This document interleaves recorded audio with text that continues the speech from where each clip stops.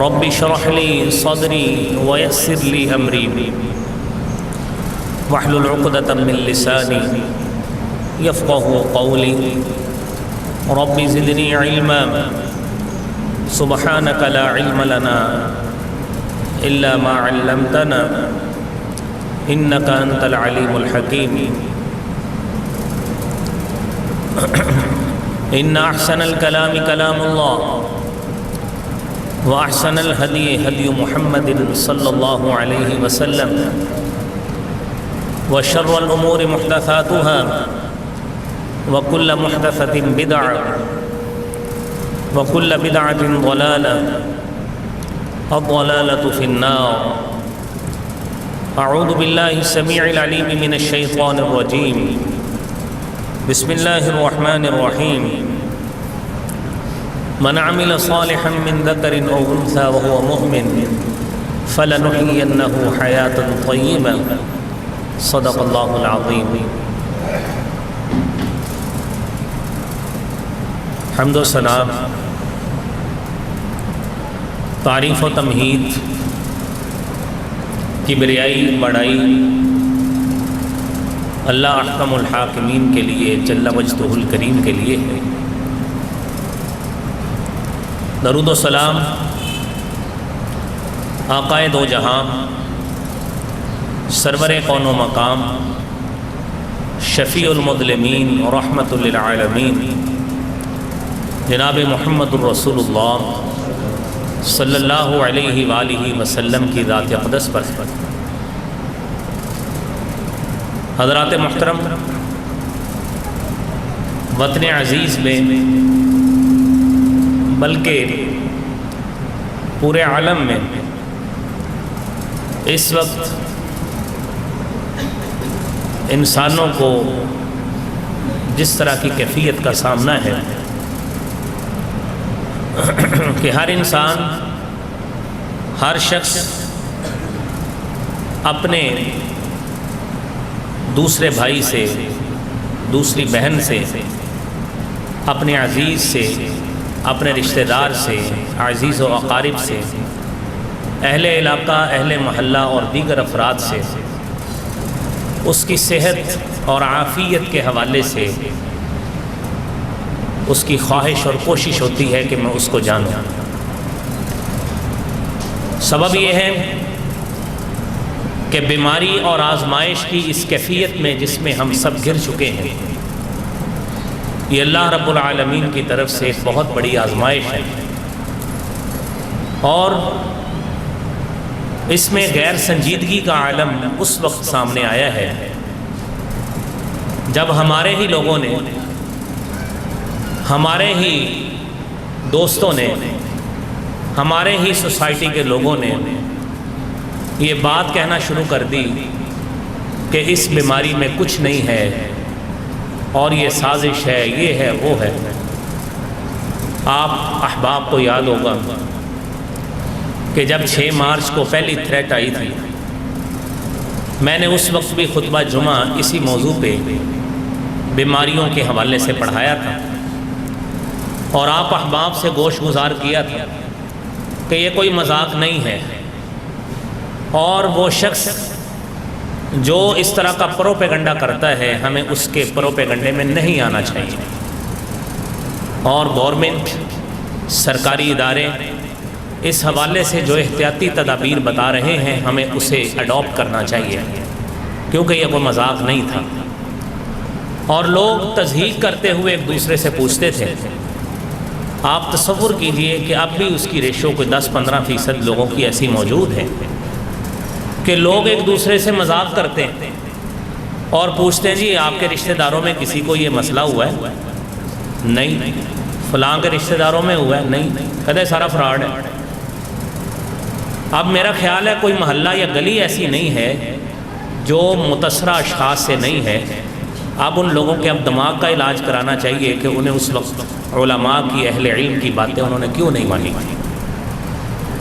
اور لوگوں کے عقائد کو اور ان کے حفاظتی اور احتیاطی تدابیر کو اختیار انہیں نہیں کرنے دیا، کیونکہ ان کی ذہن سازی اس عمل میں کرتے رہے کہ یہ کوئی حقیقت نہیں ہے، یہ سارا فراڈ ہے، دھوکہ ہے، یہ کچھ نہیں ہے۔ اور آج احساس ہوتا ہے جب اپنے پیارے اپنے ہاتھوں سے دفنا رہے ہیں اور قبرستان والوں سے پوچھے، وہ کہتے ہیں ایک ایک دن میں 20 جنازے آ رہے ہیں۔ تو اب احساس ہوا ہے کہ نہیں، لگتا ہے کچھ ہے۔ تو علماء کی، اہل علم کی اور ڈاکٹرز کی بات اس وقت مانی ہوتی تو شاید یہ کیفیت نہ ہوتی۔ لیکن ہم مسلمان ہیں، ہمارا تقدیر پر بھی ایمان ہے۔ اللہ رب العالمین کے جو فیصلے ہیں ہم اس پہ راضی بھی ہیں، ہمارا ایمان بھی ہے، ہمارا یقین بھی ہے۔ لیکن شریعت نے ہمیں بیماریوں کے حوالے سے کچھ حقوق بھی بتائے کہ بیماری آئے اس وقت کیا کیا جائے، بیمار شخص کے ساتھ کیا سلوک کیا جائے، اور اس کے لیے حفاظتی تدابیر کون سی اختیار کرنی چاہیے۔ تو میں آج اسی حوالے سے ہی انشاءاللہ گفتگو کروں گا۔ تو ہمیں ان چیزوں کو سچی بات ہے نصیحت کے طور پہ لینا چاہیے۔ دکھ اور افسوس ان کم علم، کم ظرف لوگوں پہ ہوتا ہے جن کے پاس نہ علم کی دولت ہے، نہ وہ علماء کے پاس بیٹھتے ہیں، نہ ان کے پاس دوائیوں کا، طب کا علم ہے، کسی چیز کا کوئی علم نہیں ہے۔ علم کس چیز کا ہے کہ پھٹے پہ بیٹھ کر 10 لوگوں کو جگتے مار لی اور لوگوں کو چپ کرا لیا، لوگ سمجھتے ہیں بڑا پتا پائی۔ تو ہم ان لوگوں کی باتوں کو ماننے پہ فخر محسوس کرتے ہیں، حالانکہ اس کو الف سے بے کے علاوہ کچھ بھی پتہ نہیں ہوتا۔ تو ہمیں حضرات ذی وقار اہل علم کی باتوں کو سمجھنا چاہیے اور ان چیزوں کو غور و فکر سے، سنجیدگی سے لینا چاہیے۔ اور جو بھی میں بار بار یہ بات کہتا ہوں، اس وقت سے کہہ رہا ہوں کہ گورنمنٹ جو بھی کہتی ہے حفاظتی تدابیر کے حوالے سے ہمیں اختیار کرنی چاہیے، ہمارا ہی اس میں بھلا ہے اور ان کا کوئی اس میں فائدہ نہیں ہے، بلکہ اس معاملے سے معیشت ہماری مزید ڈس انٹیگریٹ ہوئی ہے۔ اور آج بجٹ آئے گا، آپ کے سامنے آ جائے گا کہ اس بیماری سے قومی معیشت کو کتنا زیادہ نقصان ہوا ہے۔ حالانکہ پہلے بھی کوئی خاص اتنی کوئی سٹیبل نہیں تھی، لیکن اس حوالے سے کیا ملک کو معاشی لحاظ سے نقصان ہوا ہے، صحت کے حوالے سے کتنے لوگ اس میں نقصان زدہ ہوئے ہیں، اور سب سے بڑھ کر ہم سارے لوگ سائیکولوجیکل پیشنٹ بن گئے۔ رات کو جاگ آ جاتی ہے تو ہر انسان سمجھتا ہے مجھے چونکہ کھانسی آ گئی ہے، پتہ نہیں میں بھی بچنا کہ نہیں بچنا۔ اس سے بڑی کم دیکھیں نا کتنا بڑا اللہ کی طرف سے ایک آزمائش ہے۔ ہم تو اللہ کی طرف سے اس کو عذاب سمجھتے ہیں کہ ہمیں رات کو سکون سے نیند بھی نہ آئے، ہمارے بچے کو نیند نہ آئے، ہماری بیوی کو نیند نہ آئے، ہمارے والدین کو نیند نہ آئے، یہ کم عذاب ہے اللہ کی طرف سے۔ کتنے مزے سے سکون سے سوتے تھے، لیکن جب سے اس آزمائش میں گھرے ہیں حضرات ذی وقار دیکھیے، اور پھر اسی میں ہم نے کتنے علماء کو، اہل علم کو کھو دیا ہے، کتنے علماء کو ہم نے کھو دیا ہے۔ یہ ہم تو چونکہ مومن ہیں، مسلمان ہیں، ہمارا عقیدہ ہے کہ ہر شخص اس کی ان اجل اللہ اذا جاء لا یؤخر، کہ اللہ کی طرف سے اجل ہے، یہ ایسا فیصلہ ہے لا یؤخر جو کبھی بھی مؤخر نہیں ہوتا۔ اینما تکونوا یدرککم الموت ولو کنتم فی بروج مشیدہ، تم بڑے بڑے پختہ قلعوں میں بھی چلے جاؤ، موت تمہیں وہاں بھی آ لے گی۔ لیکن اس کے باوجود شریعت نے ہمارے لیے کچھ بیماریوں کے حوالے سے، بیماروں کے حوالے سے کچھ اخلاقیات رکھی۔ نمبر 1، سب سے پہلی بات کہ مریض کے ساتھ حسن سلوک کیا جائے۔ سب سے پہلی بات، وہ حسن سلوک کیسے؟ ہر وہ شخص جو مرض میں مبتلا ہے، وہ صرف یہ کرونک اور کووڈ-19 نہیں ہے، اس کے علاوہ بھی جتنی امراض میں کوئی بھی ہمارا دوست، ہمارا عزیز، ہمارا بھائی، ہماری بہن، ہماری عزیزہ، ہمارا رشتہ دار کوئی بھی مرض میں مبتلا ہو، ہمیں اس کے ساتھ اچھا سلوک کرنا چاہیے۔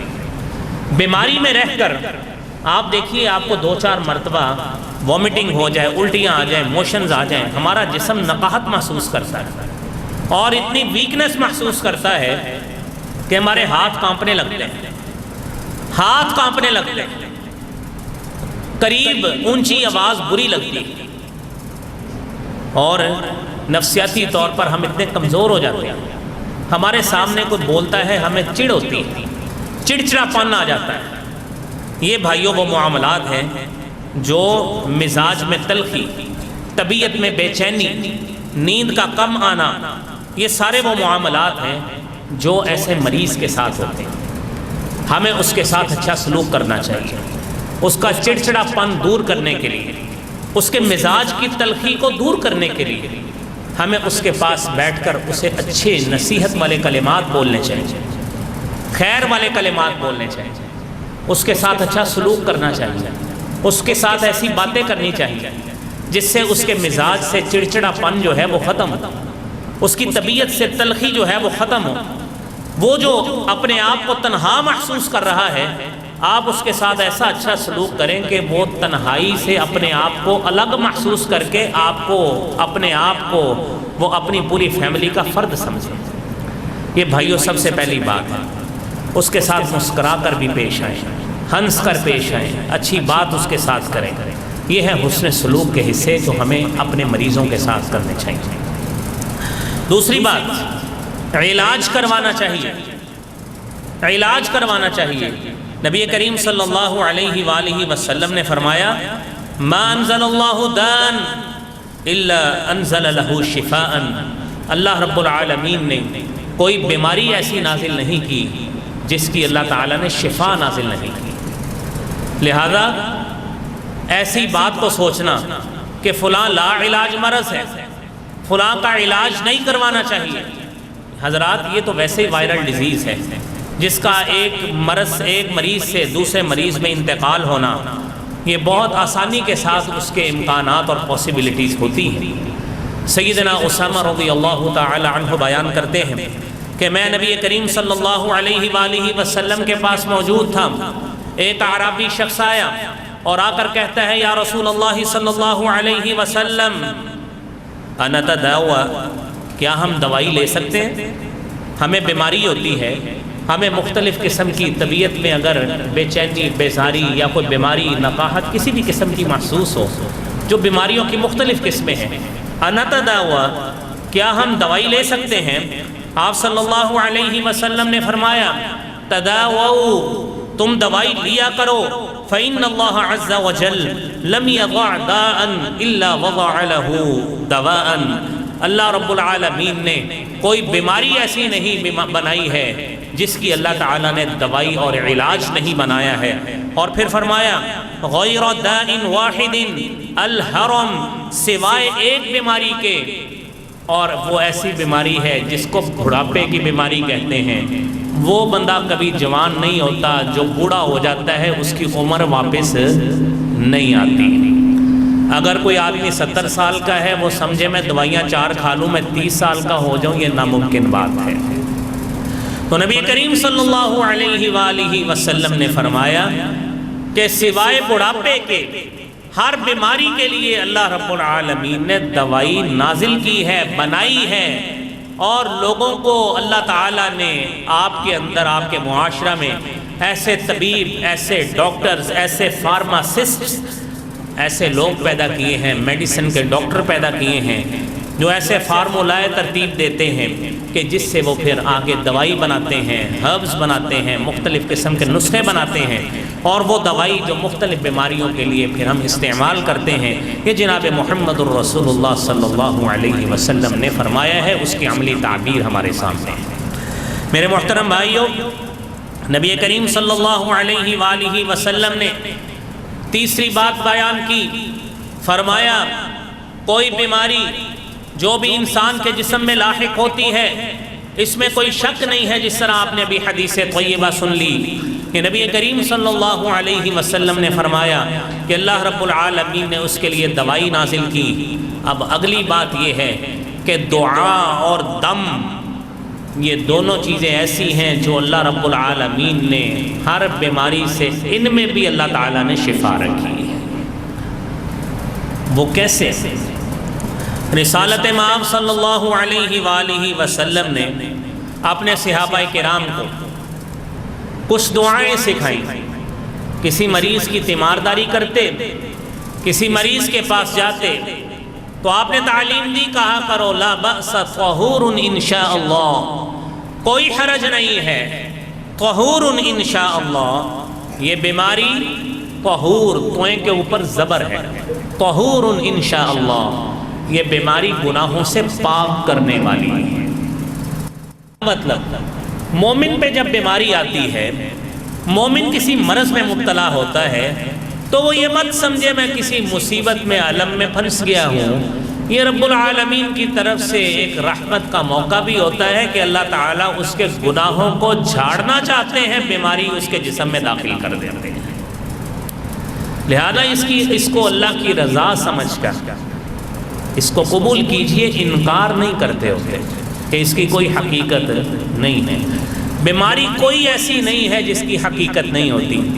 میں نے تقریباً 3 مہینے پہلے ایک بات عرض کی تھی کہ سانس کی نالی میں 195 بیماریاں ہیں، ہمیں صرف ایک کا پتہ لگا ہے، ہمیں بس اتنا ہی پتہ ہے کہ یہ کورونا بھی کوئی چیز ہوتی ہے۔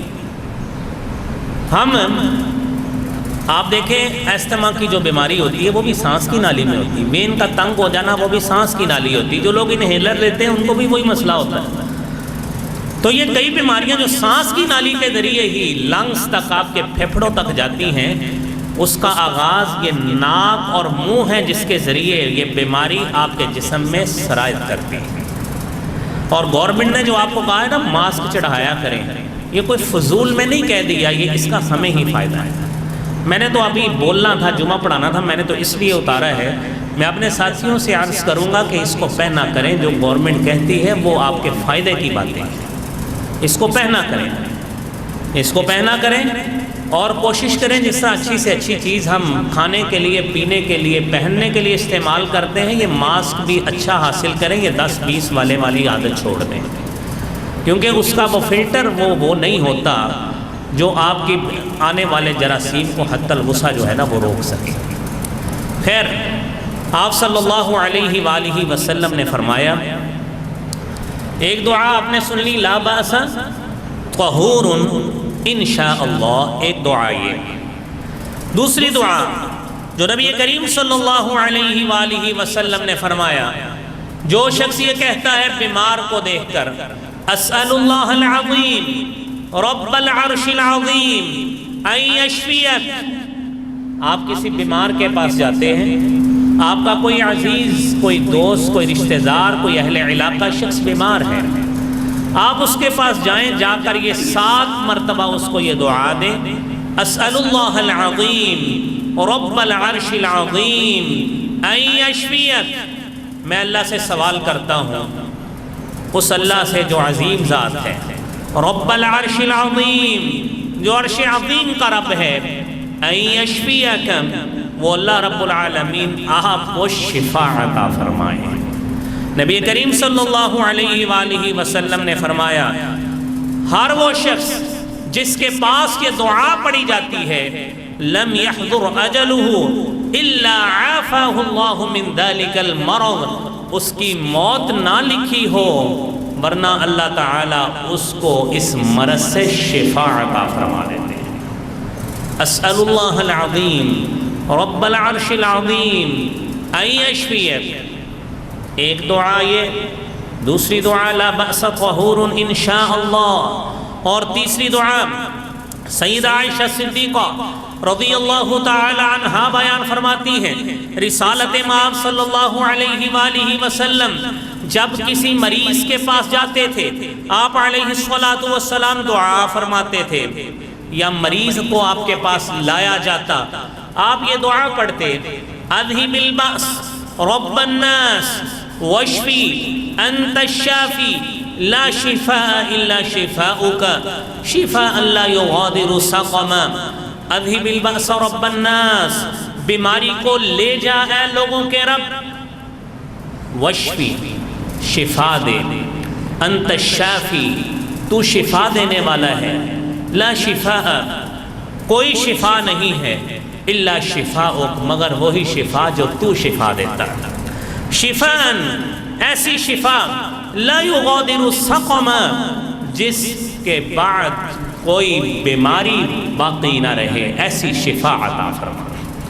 حضرات محترم، یہ بھی صحیح بخاری کی روایت ہے، 3 آپ نے احادیث سننی کہ دعا کیا کریں، دم کیا کریں، اپنے جسم پہ کیا کریں۔ آپ بیمار ہیں، آپ کا بھائی بیمار ہے، آپ کی بیوی بچے بیمار ہیں، آپ کے اعزاء و اقرباء بیمار ہیں، آپ میرے بھائیوں جا کر انہیں یہ دعائیں دیا کریں، اور جا کر ایسی باتیں کرنا۔ مریض ہے، مثلاً آج کل کسی کو سانس کا مسئلہ ہے، کسی کو کھانسی کا مسئلہ ہے، کسی کو چیسٹ انفیکشن ہے، جا کر ایسی بات کہہ دی، ہاں جی کی مسئلہ ہے؟ وہ چیسٹ انفیکشن ہے، دھیان کرے وہ ساڈا گوانڈی بھی مر گیا سی۔ آپ علیہ الصلوۃ والسلام فرماتے ہیں کہ جب تم مریض کے پاس جاؤ فقولوا خیرا، اچھے کلمات کہا کرو، خیر والے کلمات کہا کرو۔ فإن الملائکۃ یؤمنون بما تقولون، اللہ کے فرشتے ساتھ ہوتے ہیں، جو تمہارے منہ سے الفاظ نکلتے ہیں وہ آمین کہتے ہیں۔ آپ اس کو یہ بات کہیں، اس کو تسلی والے الفاظ بولیں کہ آپ مریض ہیں، یہ فلاں مرض، اللہ کے ہاں کوئی مرض نہیں ہوتی، اللہ تعالیٰ کے ہاں بہت بڑی شفا ہے، اللہ کی رحمت بڑی وسیع ہے، اس خالق و مالک کا اس کا ہر لحاظ سے رحمتوں والا معاملہ اپنے بندوں کے ساتھ ہوتا ہے۔ فلاں بھی صحت یاب ہوا تھا، یہ بیماری کوئی حیثیت نہیں رکھتی، آپ اللہ سے دعا کریں، اللہ آپ کو شفا عطا فرمائے۔ میرے محترم بھائیوں، ایسی دعائیں اور تسلی والے کلمات بولنے چاہیے۔ اور نبی کریم صلی اللہ علیہ وآلہ وسلم کیسے دعا اور دم کیا کرتے تھے؟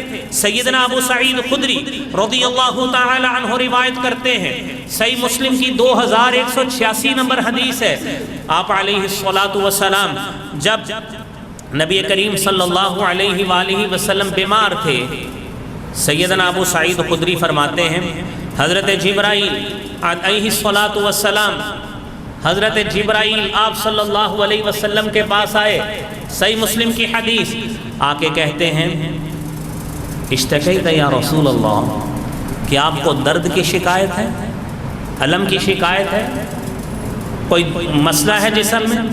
فرماتے حضرت جبرائیل اللہ کے رسول صلی اللہ علیہ وآلہ وسلم کو کہتے ہیں میں آپ کو دم کرتا ہوں۔ آپ یہ الفاظ کو سنیے، فرمایا بسم اللہ ارقیک من کل شیء یؤذیک من شر کل نفس او عین حاسد اللہ یشفیک بسم اللہ ارقیک۔ آپ ان الفاظ کو سنیے اور ترجمہ بھی سنیے۔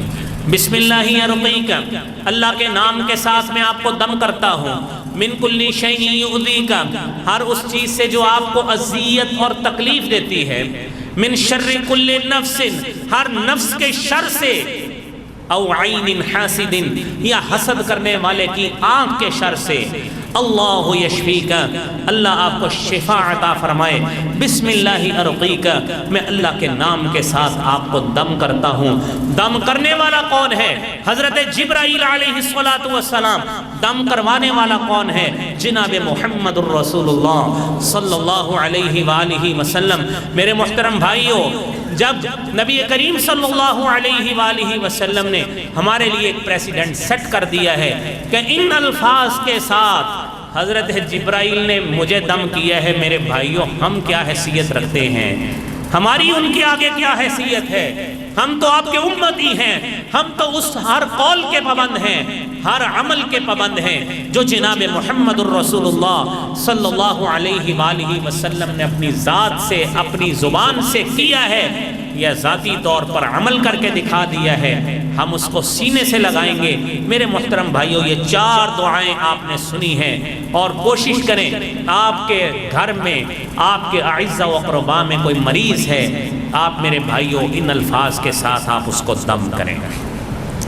میرے محترم بھائیوں، چوتھی بات، جب کسی بیمار کے پاس، دیکھیں نا بیمار کے حقوق ہے، بیمار کے پاس جائیں، جا کر اس کو نصیحت کیجیے، نصیحت کیجیے۔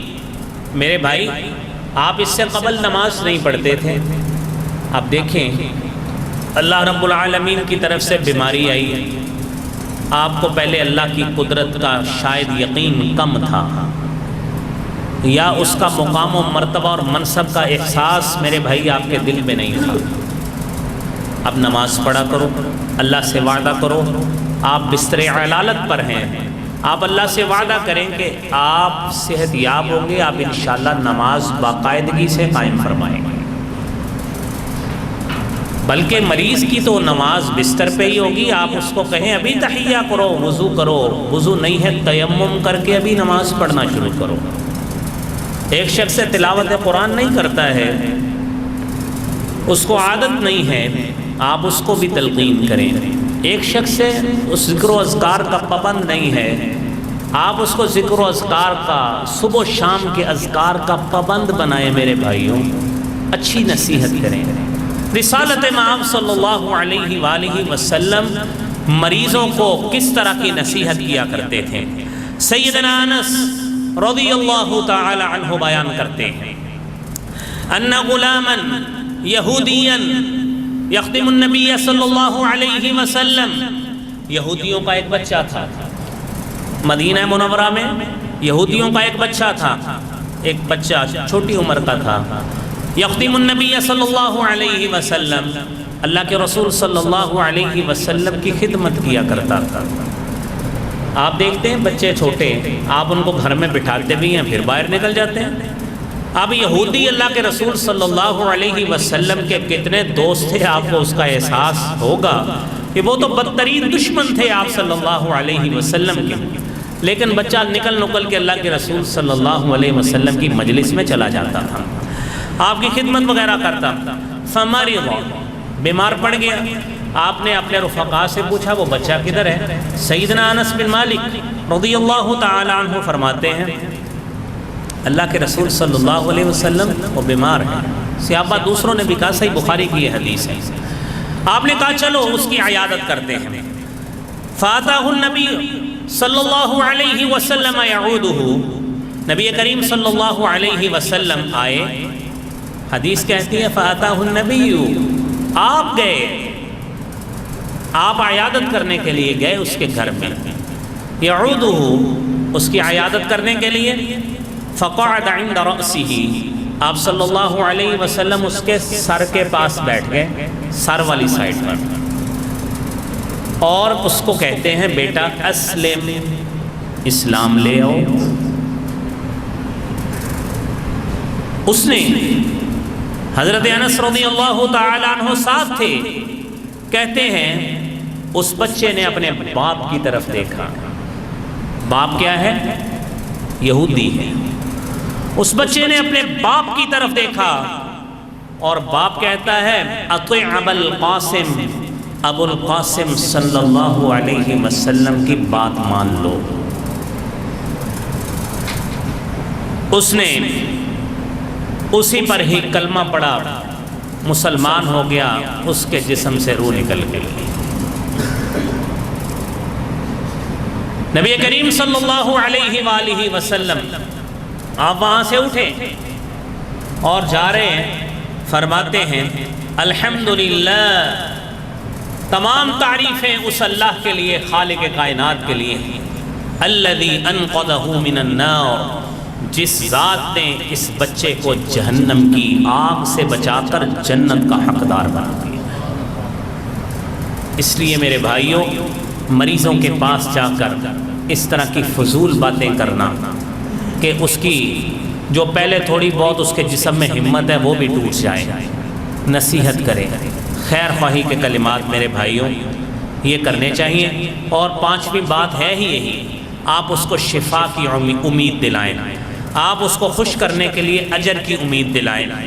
نبی کریم صلی اللہ علیہ وسلم نے فرمایا، ابو موسیٰ اشعری رضی اللہ تعالی عنہ روایت کرتے ہیں، فرمایا اذا مرض العبد او سافر، جب بندہ مریض ہوتا ہے یا سفر کی حالت میں ہوتا ہے، کتب له مثل ما كان يعمل مقيما صحيحا، صحیح بخاری کی حدیث، اس کے لیے وہی اجر لکھا جاتا ہے جو عام صحت کی حالت میں جب وہ عمل کرتا تھا، یا اگر وہ مسافر ہے جو عام مقیم کی حالت میں عمل کرتا تھا، اللہ تعالیٰ وہی اجر اس کو، مقیم والا اور صحت والا اجر اس کو اللہ سفر کی حالت میں، بیماری کی حالت میں بھی عطا فرما دے۔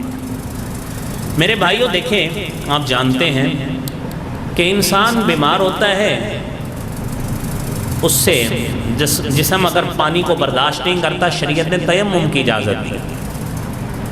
کھڑا ہو کر نماز نہیں پڑھ سکتا، بیٹھ کر پڑھنے کی اجازت دی، لیٹ کر پڑھنے کی اجازت دی۔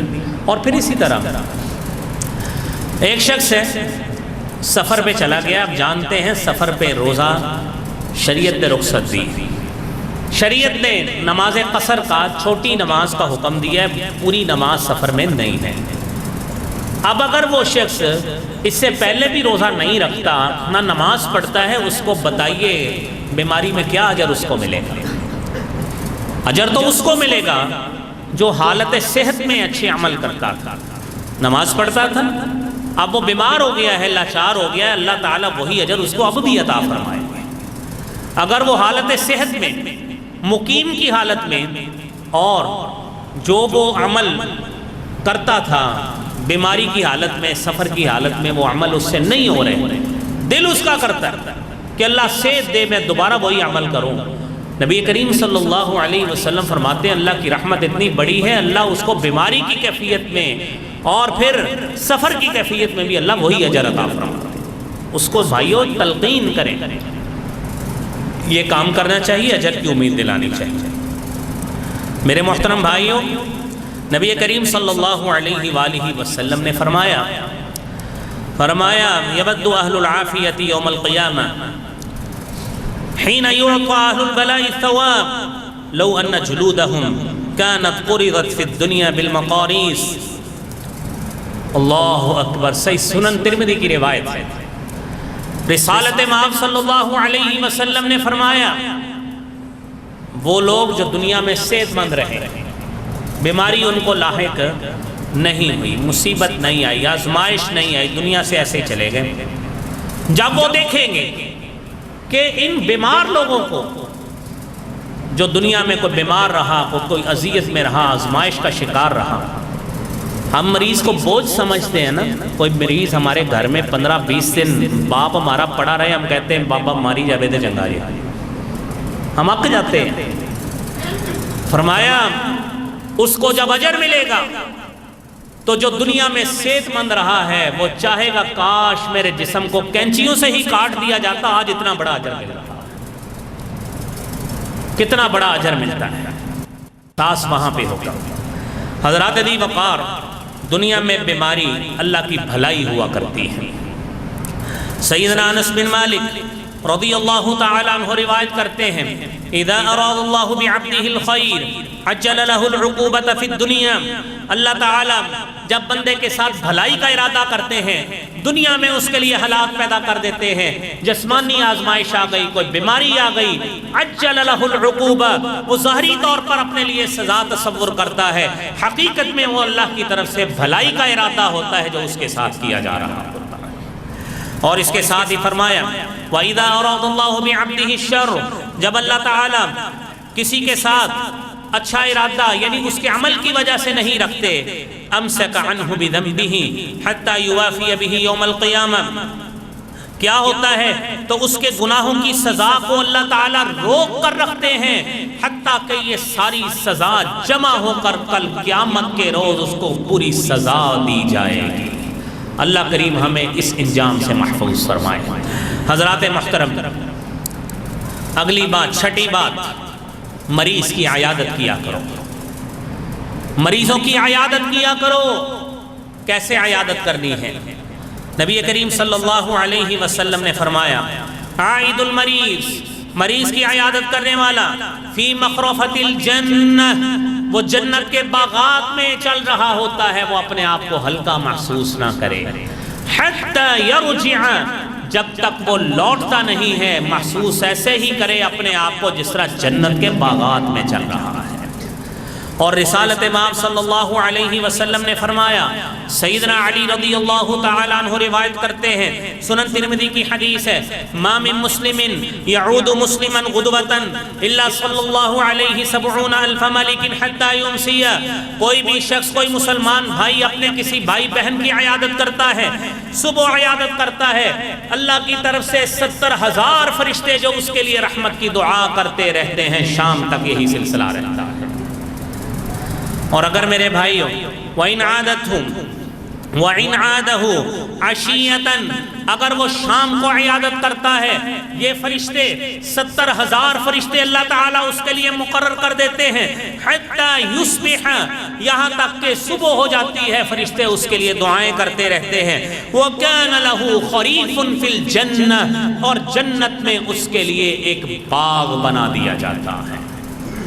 میرے محترم بھائیوں، مریض کی عیادت کو ہلکا نہیں سمجھنا چاہیے۔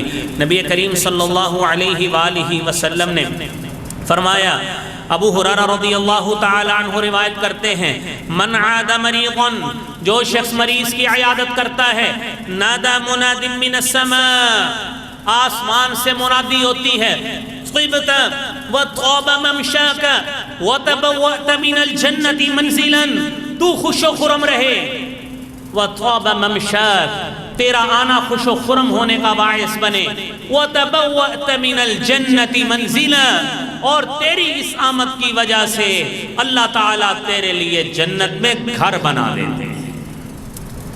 میرے بھائیوں، اس کیفیت میں جب سختی کی کیفیت ہے میرے بھائیوں، خصوصاً ایسے مریض جو جو پیشنٹس ہیں، جو کرونا وائرس کے مریض ہیں، ان کی عیادت کرنے کے لیے ہمیں کیا کرنا چاہیے؟ میرے محترم بھائیوں، سب سے پہلی بات آپ کے علم میں ہونا چاہیے کہ یہ بڑی تیزی سے پھیلنے والا مرض ہے، اس کے لیے بتائی ہوئی احتیاطی تدابیر میرے بھائیوں وہ ہمیں ضرور اختیار کرنی چاہیے۔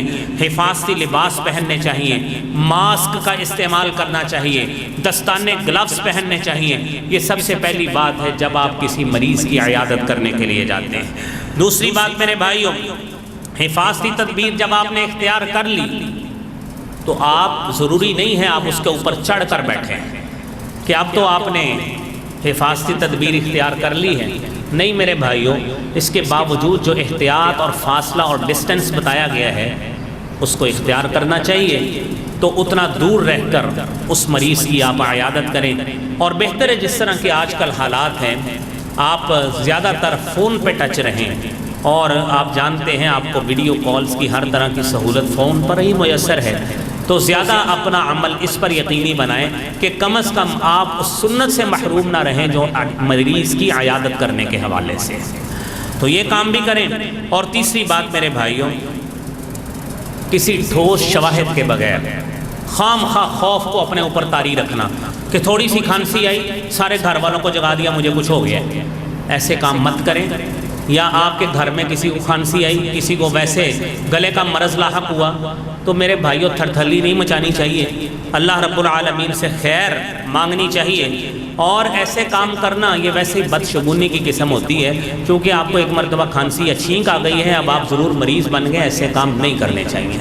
آپ ذرا رک کر احساس کریں، ابھی 14-15 دن بلکہ 3 ہفتے غالباً نہیں 2 ہفتے غالباً ہوئے ہیں یہ جب طیارے کا حادثہ ہوا ہے، تو آپ دیکھیں نا ادھر تو مریض 14-15 دن مریض رہا، اس کے لیے ہم اتنا اہتمام کرتے ہیں، ہماری زندگی کی ضمانت ویسے دی کس نے کہ ہم نے سال ابھی زندہ رہنا ہے یا 2 سال زندہ رہنا ہے؟ وہ جتنے طیارے میں بیٹھ کے دور نہیں جائیں، طیارے میں بیٹھ کے سارے بیچارے کراچی جا رہے تھے، ہم ابھی پہنچنے والے ہیں، اللہ کو منظور نہیں تھا تو کیا ہوا؟ ان کی زندگیاں تو وہیں ختم ہو گئیں۔ تو کیا ہم نے اپنی زندگی اور عمل کے حوالے سے یہ تیاری کی ہے کہ ہم جاتے ہوئے خدا نہ خواستہ ہمارا ایکسیڈنٹ ہو گیا تو ہم اگر پار ہو گئے اللہ کے پاس پہنچ گئے، ہمارے پاس رب کو دکھانے کے لیے ہے کیا ہے؟ یہ بھی احساس اپنے اندر پیدا کریں۔ آپ تصور کریں، آپ کارڈیالوجی سینٹر FIC میں چلے جائیں، آدھے مریض مل رہے ہیں، لوگ ہسپتالوں میں آ ہی نہیں رہے، ڈرے ہوئے، تو کیا وہ مرض ختم ہو گئے؟ وہ مرض ختم نہیں ہوئے، وہ مرض ویسے ہی جاری ہے۔ کیا کینسر سے مریض نہیں مر رہے؟ کیا ہارٹ اٹیک سے، شوگر سے، بلڈ پریشر ہائی ہونے سے، لو ہونے سے کیا مریض نہیں مر رہے؟ ساری اموات کا سلسلہ وہی جاری ہے۔ ہم نے اپنے اوپر خوف کو طاری کر لیا کہ جس کو ذرا سا مسئلہ بنا تو وہ کرونک پیشنٹ ہے۔ یہ بھائیو اپنے سے خوف کو دور کریں، خوف کو دور کریں اپنے اندر، آپ ایک مطمئن زندگی گزاریں، اپنی حفاظتی تدبیر مکمل اختیار کرتے ہوئے جو آپ کو بار بار بتائی گئی ہے آپ اس کو اختیار کریں۔ رب نے جتنی زندگی لکھی ہے اتنی ہم نے انشاءاللہ گزار کے جانی۔ اس میں آپ یہ مطمئن رہیں گے۔ دیکھیں آپ کو ڈاکٹر عظمت کی بات بھی آپ نے سنی، وہ بار بار بتا رہے ہیں کہ آپ روزانہ ڈرائی فروٹ کا استعمال کریں تاکہ آپ کا جسم، خون، اس میں حرارت پیدا ہو، آپ کی امیونٹی پاور، قوت مدافعت بڑھے۔ آپ روزانہ لہسن کی ایک جو پوتھی اس کو کہتے ہیں وہ آپ کاٹ کر کھا لیں، کسی طرح کھا لیں، وہ ضرور پانی کے ساتھ کھائیں، دہی کے ساتھ کھا لیں، تاکہ آپ کے اندر کا جو ایشو ہے خون کے اندر وہ اس میں امیونٹی پاور پیدا ہو۔ پھر اس کے بعد آپ کو دہی کا استعمال بتایا گیا کہ آپ دہی کا استعمال کریں، گرم چیزوں کا استعمال کریں، ٹھنڈے پانی سے اوائڈ کریں۔ یہ باتیں ساری ڈاکٹر حضرات ہی بتاتے ہیں۔ اور پھر آپ ادرک کا قہوہ کم از کم ایک مرتبہ ایک دن میں ضرور پئیں، اس میں لونگ ڈالیں، ٹھیک ہے نا، لونگ ڈالیں اس میں، اور جب قہوہ ختم ہو جائے اس لونگ کو چبا کر اپنے اندر لے کر جائیں، اس سے آپ کے اندر امیونٹی پاور پیدا ہوگا۔ یہ ہیں احتیاطی تدابیر۔ آپ گاڑی چلاتے ہیں، بیلٹ باندھ کے جاتے ہیں، کیا اگر بیلٹ باندھی ہو تو پھر گاڑی کا ایکسیڈنٹ نہیں ہوتا؟ پھر بھی تو ہو ہی جاتا ہے، پھر بھی مسافر مار ہی جاتا ہے۔ ایسے مثالیں آپ کے سامنے موجود ہیں۔ تو اس میں جس طرح گاڑی چلاتے وقت ہمیں تسلی ہوتی ہے میں نے بیلٹ باندھی ہے، اب جو کچھ ہوا اللہ نے اگر تقدیر لکھی ہے تو ہو کر رہے ہیں۔ آپ یہ احتیاطی تدابیر کریں۔ اس کے باوجود میرے بھائیوں اگر ہماری موت اس طرح لکھی ہے تو میرے بھائیوں پھر اس کو کوئی ٹال نہیں سکتا۔ ذکر و اذکار، صبح کے ذکر، شام کے ذکر، اس کی پابندی بنائیں۔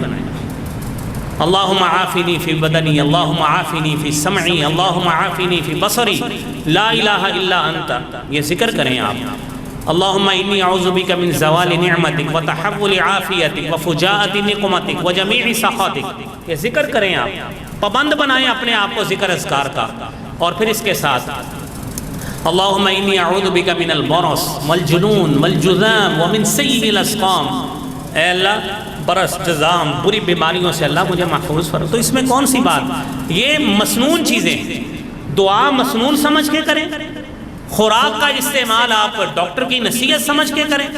اس کے بعد اگر خدا نہ خواستہ ہماری چیزیں لکھی ہوئی ساری زندگی خاندان والے اپنے آپ کو مجرم محسوس نہیں کریں گے کہ ہم نے تو فلاں اہتمام نہیں کیا، ہم نے فلاں نہیں کیا، کہ بھائیوں اللہ رب العالمین کے فیصلے ہیں، پھر اس پہ راضی رہنا چاہیے۔ اپنے طور پر یہ اہتمام کریں، انشاءاللہ مطمئن زندگی گزاریں۔ بیماریاں ساتھ ہی چلتی ہیں، اس کا علاج کروانا چاہیے، اور اس کے علاج کے لیے حتی الوسع ہمیں کوشش بھی کرنی چاہیے۔ اور پھر اگلی بات میرے بھائیوں کہ اگر کوئی کرونک پیشنٹ ہے، اس کو علیحدہ کمرے میں ڈالا گیا ہے آئسولیشن وارڈ میں، تو اس کو ایسا ماحول دیکھیں نا، یہ اس کو کوارنٹائن کر دیا، آئسولیشن میں ڈال دیا، کوشش کریں حتی الوسع کہ جس طرح ڈاکٹر حضرات بتاتے ہیں، آپ ماشاءاللہ سارے بخوبی اس کو خود بھی واقف ہیں، کہ اس کو ممکن طور پر اپنائیت کا احساس دلائیں تاکہ وہ بندہ نفسیاتی مریض ہو کر نہ مرے، وہ نفسیاتی مرض کا شکار نہ ہو جائے۔ یہ ساری باتیں بھائیوں اس لیے کی ہیں تاکہ ہمیں بیماری کی حقیقت بھی علم ہو اور بیمار کی تیمارداری بھی کریں، ہمارا جو سوشل ریلیشن ہے، سماجی تعلق ہے، وہ برقرار رہے۔ تیمارداری کرتے رہیں گے، اپنے دوستوں عزیزوں کے پاس ان کے ساتھ آپ کانٹیکٹ میں رہیں گے تو انشاءاللہ اللہ رب العالمین ہمارے اس تعلق کی وجہ سے ہمارے بھی انشاءاللہ گناہوں کو جھاڑے گا، ہم انشاءاللہ فرشتوں کی دعاؤں کے بھی مستحق ہوں گے۔ اللہ کریم ہمیں ان چیزوں کو کرنے کی، سمجھنے کی اور اپنی زندگی میں عمل درآمد کرنے کی توفیق عطا فرمائے۔ وآخر دعوانا الحمدللہ رب العالمین۔